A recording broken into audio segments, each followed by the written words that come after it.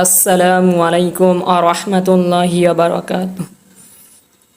এই ভিডিওতে এমন একটি আমল আপনাদেরকে শিখাবো যে আমলটি মাগরিবের নামাজের পরে 3 বার এবং ফজরের নামাজের পরে 3 বার যদি কোনো ব্যক্তি করে এই আমলটি, তাহলে দিন এবং রাত্রে তার কোনো বিপদ হবে না। কোনো বিপদ দিনে এবং রাত্রে তাকে স্পর্শ করতে পারবে না।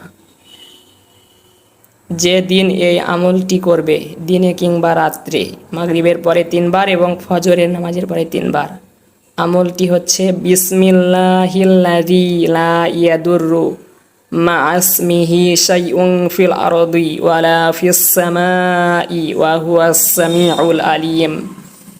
এটি মাগরিবের নামাজের পরে 3 বার এবং ফজরের নামাজের পরে 3 বার আমল করতে হবে।